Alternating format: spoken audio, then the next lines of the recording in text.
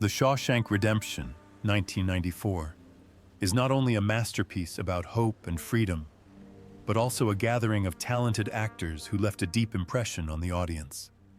However, behind the halo of glory are terrible tragedies. James Whitmore died in pain from cancer. Brian Libby died under mysterious circumstances, and many other actors suffered tragedies darker than the walls of Shawshank Prison. Join us as we uncover the truth and honor their legacy.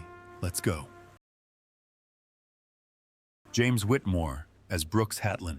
James Allen Whitmore Jr. was born on October 1, 1921, in White Plains, New York.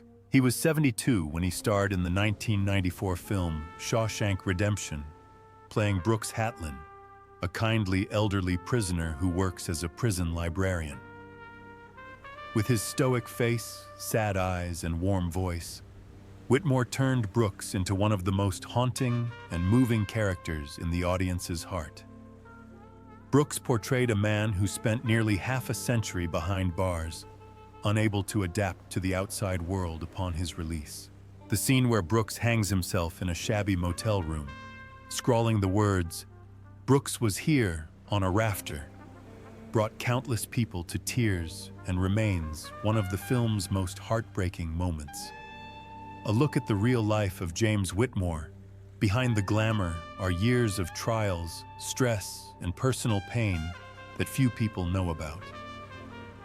In the early years of his career, after returning from World War II, Whitmore struggled with haunting memories from the battlefield. Memories of his fallen comrades and his own death from dysentery while stationed on Tinian haunted him throughout his life, making roles like Battleground less like acting and more like a way to ease his inner pain. Despite his illustrious career, Whitmore was fraught with hardship. His first marriage to Nancy Midget in 1947 produced 3 sons. The eldest, James Whitmore Jr., followed in his father's footsteps as an actor and television director.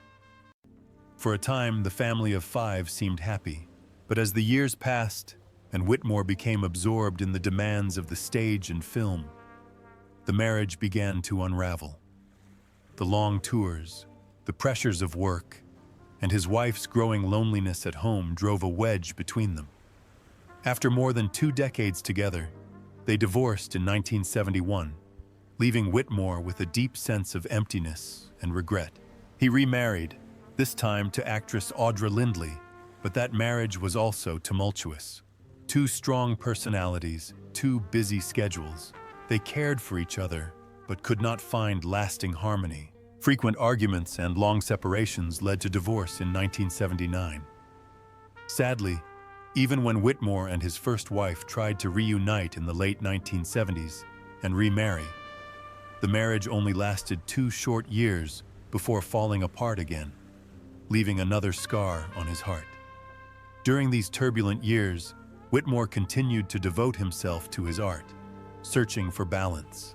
In 1975, he played President Harry Truman in Give Him Hell, Harry, and was nominated for an Oscar for Best Actor. The role came at a time when his second marriage was on the brink of collapse, and it seemed to be a way for him to assert himself and maintain his belief in his values. Later, though still admired, Whitmore lived a quieter life, devoting his time to the stage, to one-man shows, and to the small garden he tended as a form of solace. He found peace with his last wife, Noreen Nash, who stood by him in his final years. But fate struck when old age brought lung cancer, a consequence of the long-term smoking habit common among artists of his generation. James Whitmore died on February 6, 2009, at his home in Malibu, California, just a few months after being diagnosed with the disease.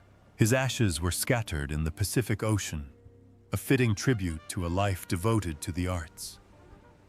At his death, he left behind an estimated $8 million fortune, the result of decades of dedication to film and theater. Brian Libby as Floyd. Brian Libby was born on April 20, 1949. He was 45 when he appeared in Shawshank Redemption in 1994, playing Floyd, a prisoner in a close-knit group of friends that included Andy and Red. Although his role was not as prominent as Brooks's, Libby's Floyd quietly contributed to the film's authentic portrayal of friendship and solidarity among the prisoners. Every time Floyd appeared on screen, he exuded a simple and warm demeanor, very much like the real person his colleagues often mentioned. Brian Libby's life and career were marked by a quiet persistence in supporting roles. He never had the good fortune to play a major role or to shine as a star. He spent most of his career in small roles, often in Frank Darabont films. After Shawshank Redemption, Libby appeared in Air Force One, 1997, and The Mist, 2007. But despite his big-budget work, he remained a low-profile actor behind the scenes. This brought its own pressures, as he worked tirelessly but rarely received public recognition or praise. In his personal life, Libby remained a mystery to the media. He lived quietly, avoided scandal, and rarely shared his private life. That secretive nature also brought loneliness, especially later in life, when the spotlight faded and roles became scarce. After 2007, Libby gradually disappeared from the screen, leading many to believe that those were difficult, lonely, and forgotten years. Brian Libby passed away on June 18, 2021, at the age of 72. The cause of death was never announced, giving rise to much speculation about his health and final days. Some believe he battled illness quietly, while others say his passing reflected the natural ravages of old age and years of silent struggle. At the time of his death, his fortune was estimated at $2 million, a modest sum that reflects his quiet and dedicated career. Rita Hayworth as Gilda Munson Farrell. Rita Hayworth was born on October 17, 1918 in Brooklyn, New York. When she appeared in Shawshank Redemption in 1994 through archival footage from Gilda, 1946, she was 28 years old when she played Gilda Munson Farrell, a role that shaped the public's image of Hollywood's love goddess. The moment Gilda tossed her hair back and smiled enchantingly as she asked "I," became legendary, not only in Gilda, but also as a symbol of hope and desire for freedom in Shawshank Redemption, associated with the dream of the prisoner in Shawshank. However, behind the glamour of the Hollywood love goddess was a life full of suffering, with tragedy following her until the end of her life. As a child, Rita endured the physical pain of being forced to undergo electrolysis, to raise her hairline to conform to the beauty standards of the time. Her youth was marked by broken marriages and heartache. Her first husband, Edward Judson, was seen as a traitor who sold her out for his own gain, pushing her into a world of relentless fame without regard for her own happiness. She then sought out a soulmate in the brilliant director Orson Welles, only to be shunned by him as he pursued his art. Her marriage to Prince Ali Khan, which initially seemed like a promise of peace, ended in bitter legal battles and loneliness as she faced pregnancy and motherhood alone. Perhaps most heartbreaking was her final marriage to James Hill, a man who humiliated her, once making her cry in front of friends at a dinner so embarrassing that Charlton Heston later wrote that he regretted not protecting her. Each broken marriage made Rita more lost and sad. While the public continued to admire Gilda's image, Hayworth herself bitterly admitted, "Men fell in love with Gilda, but they woke up with me."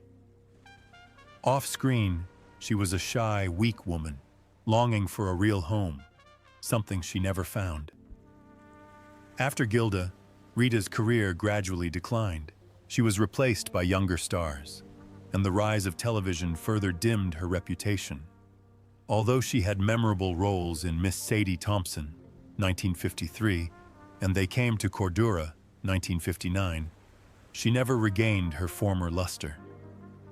Adding to her sadness, Hayworth's final years were marked by a long battle with Alzheimer's disease, which began to affect her when she was 42, but was not officially diagnosed until 1980. Her forgotten lines and strange behavior were blamed on alcoholism. a stigma that only deepened her loneliness and suffering. The only person who was always by her side was her daughter Yasmin, who silently cared for her and protected her from the pitiful eyes and cruel gossip. As Rita gradually lost the ability to speak or care for herself, she lived quietly in a small New York apartment. Tragically, her trusted financial manager took advantage of her, depleting much of her fortune. At the time of her death, her net worth was estimated at $10 million, a fraction of what she had earned during a lifetime of film, dance, and art, eroded by legal troubles, mismanagement, and the devastating effects of her illness. Rita Hayworth died on May 14, 1987 in New York, at the age of 68 after months in a coma. She was buried at Holy Cross Cemetery in Culver City, beneath a white angel, with a simple inscription from her daughter, "To yesterday's friendship and tomorrow's reunion." A loving note that closed a life that was both brilliant and unspeakably sad. George Macready as Balin Munson. George Macready was born on August 29, 1899, in Providence, Rhode Island. When he appears indirectly in Shawshank Redemption through archival footage from Gilda, 1946, he was 47 years old at the time of filming. In this classic film, Macready plays Balin Munson, a wealthy and powerful casino owner whose cold, piercing gaze and commanding presence add to the tension of the love triangle between Gilda and Johnny Farrell. Although he only appears briefly on screen in Shawshank Redemption, keen-eyed viewers can still sense the weight of his presence and his trademark husky voice on screen. Macready's life was not a bed of roses. As a young man, he was involved in a serious car accident that left him with a permanent scar on his right cheek. While the scar would later become a defining feature that helped him play powerful, villainous characters, it also limited him to romantic or heroic roles, a fact that often saddened him. Because of the scar, Macready was often cast in cold, ruthless roles, from Balin Munson in Gilda, 1946, to the ruthless General Paul Moreau in Stanley Kubrick's Paths of Glory, 1957, one of his most powerful performances, reflecting the senseless cruelty of war. His only marriage, to Elizabeth Donna Patterson, lasted from 1931 to 1943. During that time, Macready juggled the pressures of Broadway and a burgeoning film career with a demanding schedule and long tours that kept him away from home. The distance and the unspoken pressures of balancing family responsibilities and career ambitions gradually cooled their relationship.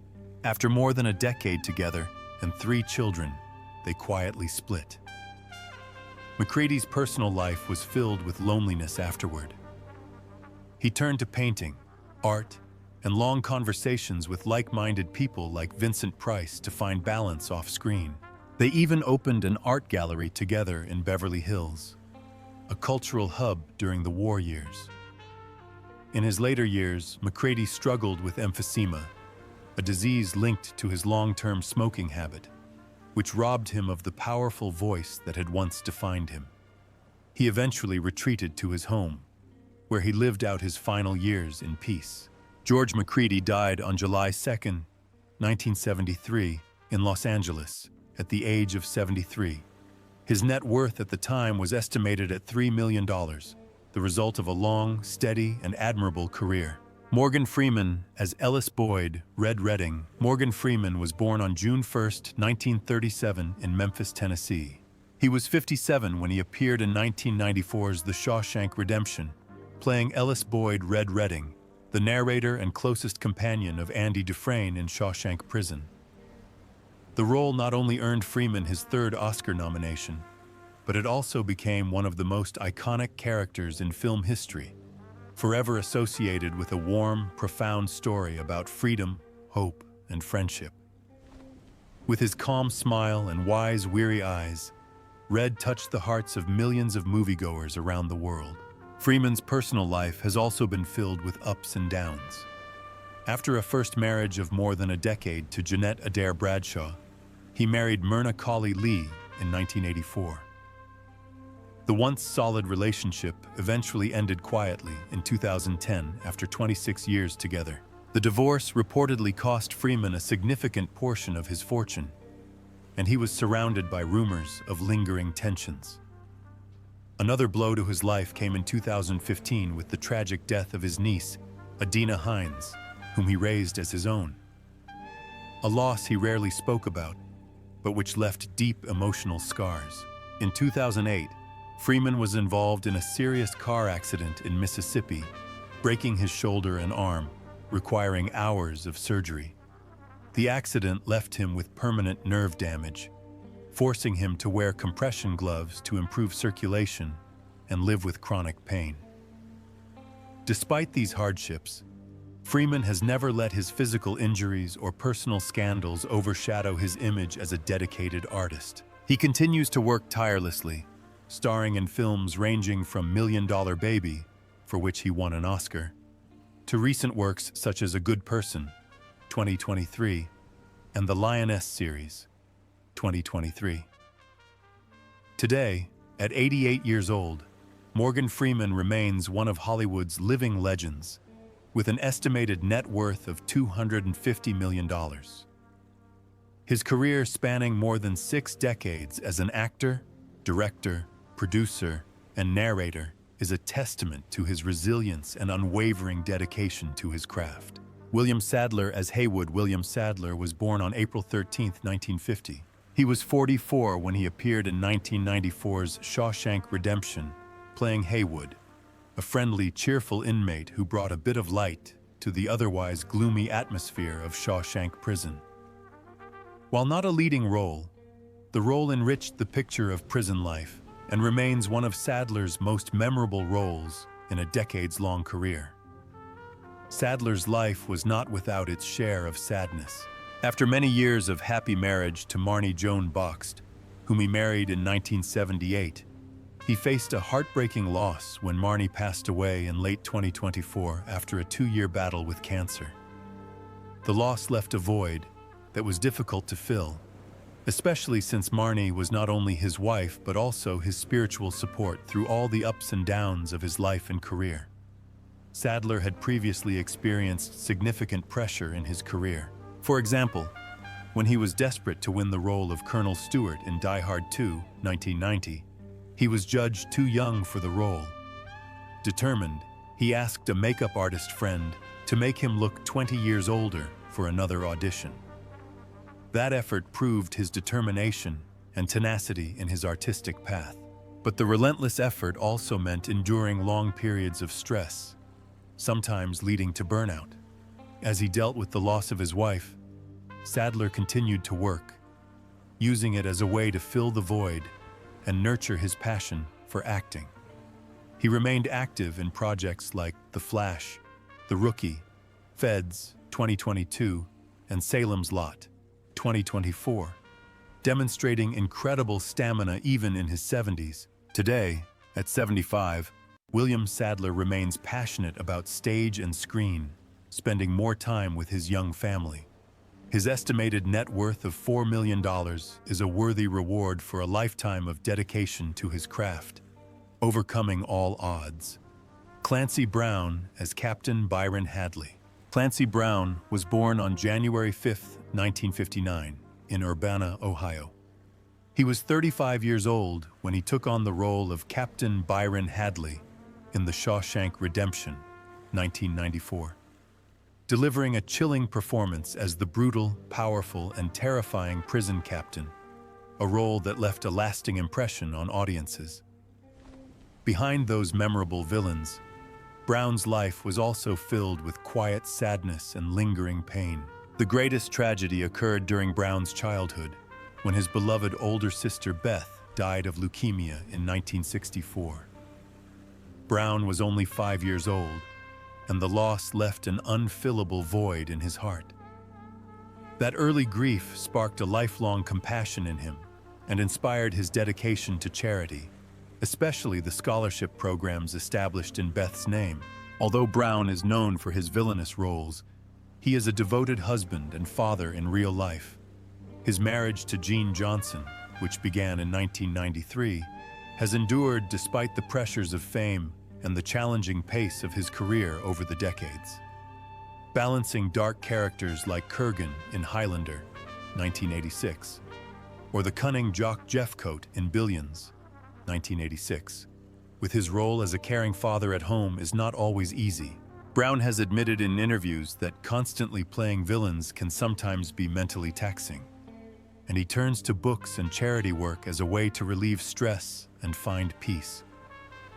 One of the most difficult periods for Brown was during the filming of Carnival, 2003 to 2005, when his role as Justin Crow's brother forced him to explore the deepest recesses of the human psyche. The intensity of the role was so great that Brown decided to stay away from his family for months at a time, determined to protect his loved ones from emotional harm. The experience made him appreciate family life even more and taught him how to balance work and family. He found joy in voicing friendly characters like Mr. Krabs in SpongeBob SquarePants and cherished quiet moments with his family as a balm for his spirits. Today, at 66, Clancy Brown is still active in the entertainment industry. He appeared in The Penguin, 2024, as Sal Maroney, and has continued to lend his voice to animated films and video games, proving his incredible endurance as an actor who has overcome countless challenges. His estimated net worth is around $10 million, a worthy result of a lifetime of tireless dedication and perseverance in the profession. The stars of the Shawshank Redemption left behind an unforgettable legacy, but their lives were filled with heartbreaking secrets. Bob Gunton was born on November 15, 1945, in Santa Monica, California. He was 48 years old when he appeared in The Shawshank Redemption in 1994, playing Warden Samuel Norton, a ruthless, hypocritical, and corrupt prison guard who left a lasting mark on film history. Behind these powerful roles lies a man who has endured years of stress and hardship. Gunton's childhood was marred by war. He enlisted in the Army and fought in Vietnam from 1969 to 1971. The brutal siege of fire support base Ripcord nearly cost him his life when he and his men returned at the last minute to save vital radio equipment. His Bronze Star was not only a testament to his bravery, but also a reminder of the life and death days and haunting nights that left deep scars on his soul. That lingering pain would resurface often afterward, especially when he played complex characters like Warden Norton and politician Ethan Kanan on 24 from 2007 to 2010. His first marriage to Annie McGreevy lasted from 1980 to 2006. Over the course of those 26 years, the pressures of work, the distance between them, and the scars of war gradually took their toll. At the time, while Gunton was focusing on big roles like Argo, 2012, he was also struggling with loneliness and self-doubt. He later remarried to Carrie Pitts in 2006, but his personal life remained private, carrying its own hidden burdens. Although he was spared any public scandal, Gunton admitted to having sleepless nights, haunted by memories of the past, the rigors of acting, and the burden of playing heavy-handed villains. He said the buildup of such stress sometimes made him want to step away from the spotlight altogether. But in the end, acting became his salvation, helping him transform his pain into genuine emotions on screen.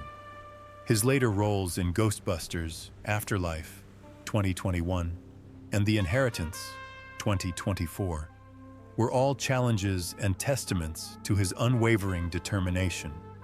As of 2025, at the age of 80, Bob Gunton is still steadfast, working hard and leaving his mark on the audience.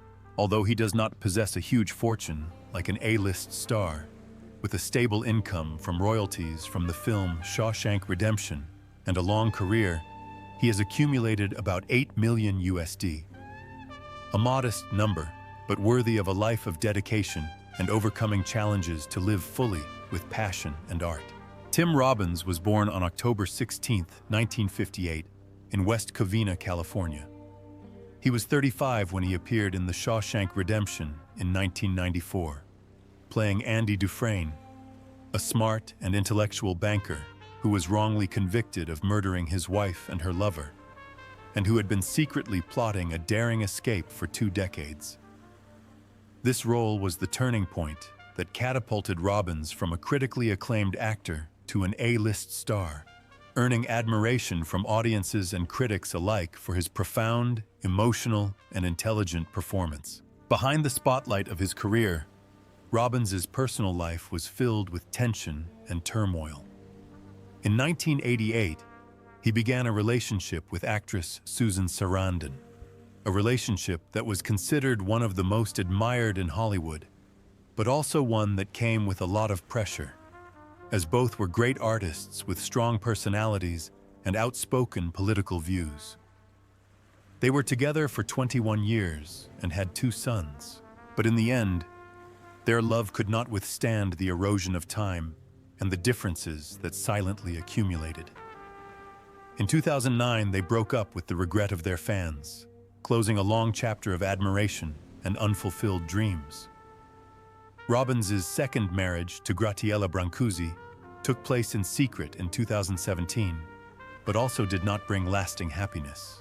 After 3 peaceful years together, they split in 2020 and finalized their divorce in 2022. Robbins rarely spoke publicly about their split, but those close to him said their private personalities and generational gap made it difficult for them to find common ground, especially as Robbins continued to devote himself to his artistic and political projects while Brancusi sought a more private life. Robbins not only had to deal with the breakups in his love life, but he also had to endure the stress of being the center of controversy for his political statements. He publicly opposed the Iraq War in 2003, a stance that turned some of the public against him and even led to the cancellation of a planned induction into the National Baseball Hall of Fame. In 2020, Robbins was again criticized for his condemnation of COVID-19 lockdowns, arguing that they threatened free speech, a stance that made him appear more aggressive in the eyes of the mainstream media, although many fans continued to respect his courage and steadfastness. Amid the turmoil, Robbins continued to dedicate himself to his art. Films like Mystic River and more recently, the Silo 2023 series reflect the soul of an artist who is constantly concerned with justice, freedom, and the human condition. Despite the emotional shocks of his personal life and the pressure of public opinion, he has maintained his passion for creation, continuing to direct and act with undiminished enthusiasm. As of 2025, at the age of 67, Tim Robbins has an estimated net worth of $70 million, the result of more than 4 decades of dedication to film, theater, and music. Not only is it material wealth, but it is also a testament to a life full of ups and downs, constantly fighting for the art and ideals he believed in.